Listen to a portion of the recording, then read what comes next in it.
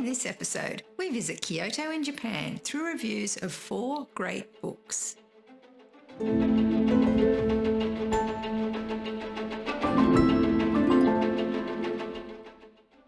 Hi, it's Catherine here.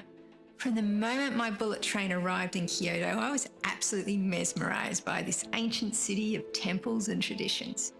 Everywhere I looked, there was some little detail that spoke design and beauty to me. Alas, holidays always end, but the way I continue to enjoy a place is through books. Over the years, I've read many books set in Kyoto. Today, I've selected 4 of the best to share with you. So now, let's travel together to Kyoto. The first book is one of my favourite books of all time. It's Memoirs of a Geisha by Arthur Golden. Many of you may have already read this book or even seen the movie. It's set in the secret world of geisha. No one knows if geisha are prostitutes or high-class entertainers, but either way, they are intriguing women. The story is told through the eyes of an older lady looking back on her life. As a younger girl, she was called Chio and lived in a small fishing village. But alas, tragedy struck and her mother died. The family was so poor she was sold to a man who took her to Kyoto. Then sold off again, this time to work in a geisha house as a servant/slave. The scene is set. Chio has a long and hard path in front of her if she wants to survive.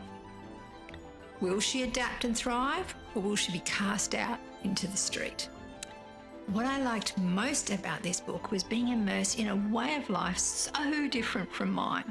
The geisha world is steeped in 400-year-old traditions that are driven by the vices of beauty, ambition, and desire. Learning about the years and years of training it takes to achieve that exotic look, beautiful kimonos, upswept hair, painted faces, and graceful moves was fascinating. But what kept me really turning the pages was figuring out who was a goodie and who was a baddie. This book was written about 20 years ago, and I have reread this book many times over the years and enjoyed it each time. On my first read, I was shocked at the end to realise this was not a true story. When the book was first published, there was a big controversy, as a real geisha complained bitterly that the author had stolen and embellished her life story. I can just imagine if this happened today, it would be a Twitter flame war with keyboard warriors from around the world taking sides. I would read this book if you like stories of survival and want to see inside the secretive world of geisha.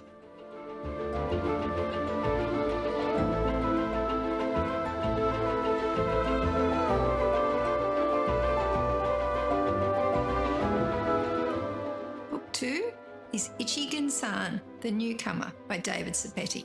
This is a lovely book with flowing writing that matches the beauty and pace of Kyoto. The story is about a young Western man who is studying English literature at the famed Kyoto University, and basically he is using study as a crutch to avoid doing anything with his life. He spends his days reading obscure old novels and looking after his pet bunny rabbit. Along the way he meets Coco, a young Japanese girl who is blind, and their friendship evolves. But the question is, will he ever stop wasting time and get his university paper finished? Interestingly, when the young man is out on the streets of Kyoto, he's often hassled by the locals, yelling abuse or pestering him with questions. As a tall white foreigner, he's experiencing the attitude of Kyoto locals towards others who are different, a common occurrence in the past. Ichigensan, the word in the title, comes from a phrase that roughly translates to no entry without introduction. The author perfectly captures what it feels like to be an outsider in a closed society. What I liked most about this book is the writing and the loveliness of the relationship between the girl and the boy. I also like visiting some quirky parts of Kyoto, like the Beatles Mania bar and the Chinese restaurant where he watched on a tiny TV in amazement the fall of the Berlin Wall. Read this book if you enjoy fish out of water stories.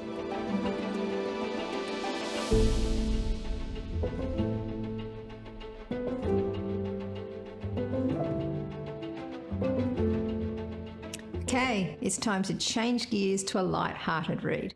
Book 3 is from Kyoto with Wicked by Lotta Smith. This is the first book I've read that includes the start of the 2020 pandemic in the storyline. And it's totally weird to think that the pandemic is in a published book whilst we're still living it. The action is centred around the famous Kyoto Ballet School, where an emerald necklace keeps appearing and disappearing. Cue Mandy and Rick, an American crime-fighting duo temporarily living in Kyoto, along with their young daughter Sophie and her babysitter Jackie, a ghost. Yes, you heard that correctly. The babysitter is a ghost.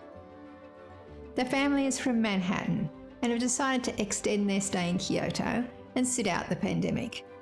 They are making the best of a bad situation by learning to live like the locals and grocery shop with face masks on, cook local foods, and learn a bit of the language.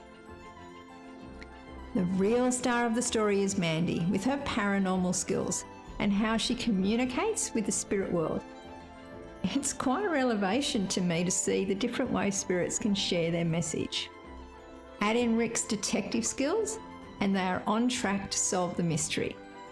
Is the ballet theatre and the necklace really possessed by spirits? I liked the easy writing style and how the book tapped into Kyoto's existing spirit world beliefs. It reminded me of a cold and rainy day at the famous Kyoto shrine, where I heard stories about how the fox statues are said to be delivering messages to the god of rice.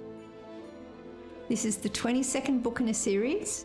However, it can be read independently. You don't need to read any of the other books in the series to understand the characters or the plot.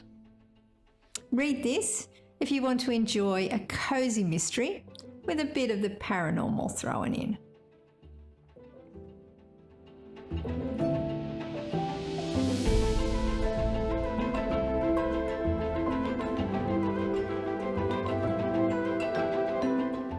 My fourth choice has been on my to-be-read list for ages. I am so glad I finally read it. The book is The Lady and the Monk by Pico Iyer. The author decides to up and leave his Manhattan apartment to spend a year in Kyoto and live a monastic life and explore Zen practices. This story covers that first year, starting in autumn and moving through the seasons. My favourite season in Kyoto is spring. It's a magical time full of parties, festivals and new beginnings. Cherry blossoms are everywhere and everyone gets caught up in the fun of spring. Each night, even the news provides updates on where the best blossoms are.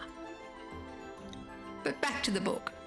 It's obvious from the start that Pico is looking for some meaning in life. However, I can't quite figure out how he will find it, living like a monk in a temple and reading old Japanese poems. But then things get interesting when he makes friends with Sachio, a young woman who has dreams of a bigger life. Sachio intrigues me with her infatuation with foreigners and her demands of her Japanese life as a dutiful mother, wife and daughter. The lengths she has to go to conform to society are extreme from my point of view. Sachio is knowledgeable about everything from Buddhism to Beethoven, and she expresses joy and sadness at the extreme ends of the spectrum. But is Sachio the answer to what Pico is searching for? What I liked most about the book was interactions between Pico and Sachio. These paragraphs are written in a combination of broken English and broken Japanese. This helped me understand just how big the cultural divide is between East and West. From yes means no to tomorrow is yesterday, and even why many Japanese prefer their stories to have sad endings. This was a personal revelation for me, as I find the end of most books by Japanese authors unsatisfying, as I like my happy ever after endings. The author's evocative descriptions of places made me feel like I was back in Kyoto. One of my favourites was when he visited a temple on the outskirts of the city. I am sure he was standing in exactly the same spot as I did, admiring the beauty of the cherry blossoms and the arch of the bridge. Pico had a cosmopolitan upbringing with English, Indian and American influences. 30 years on from this book, he has become an established author and has written many more books exploring cultures from Kathmandu to Cuba. I have to admit to you, I now think I have a bit of a crush on him.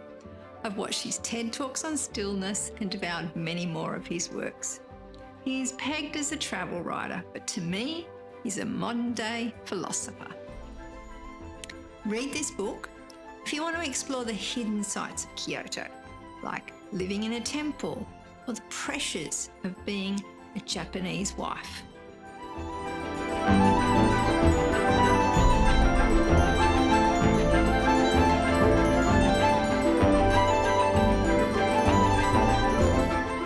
It's been great visiting Kyoto and sharing these books with you today. Links to all the books and extra content is in the description below. Be sure to subscribe so you don't miss out on future episodes.